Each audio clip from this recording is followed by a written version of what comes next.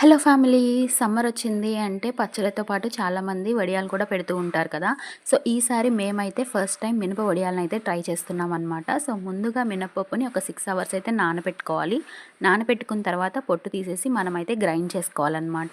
So ఇది grind అవుతున్నప్పుడు మనం ఇందులో ఉప్పుని కూడా యాడ్ చేయాలి. అండ్ ఇలా గ్రైండ్ అయిపోయిన తర్వాత దీన్ని అయితే మనం ఫ్రిడ్జ్లో కూడా ఈ పిండిని పెట్టేసుకుని నెక్స్ట్ డే మార్నింగ్ మనమైతే వడియాలు వేసుకోవచ్చు అనమాట.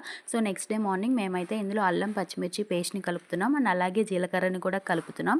సో ఇది మొత్తం మనకి పిండికి మొత్తానికి కలిసేలాగా బాగా కలుపుకోవాలి. అండ్ కలుపుకున్న తర్వాత మనమైతే మిరప వడియాలు ఎలా అయితే చేత్తో చిన్న చిన్నగా పెట్టుకుంటామో అలా అయితే మనం మినప వడియాలను అయితే చేత్తో చిన్నగా పెట్టుకోవచ్చు అనమాట. లేదు అంటే ఏదన్నా పాల ప్యాకెట్ లేదు అంటే పెరుగు ప్యాకెట్ని కట్ చేసి చివర ఒక కోన్ షేప్లో కూడా మనం సింపుల్గా ఈ మినప వడియాలను అయితే పెట్టేసుకోవచ్చు.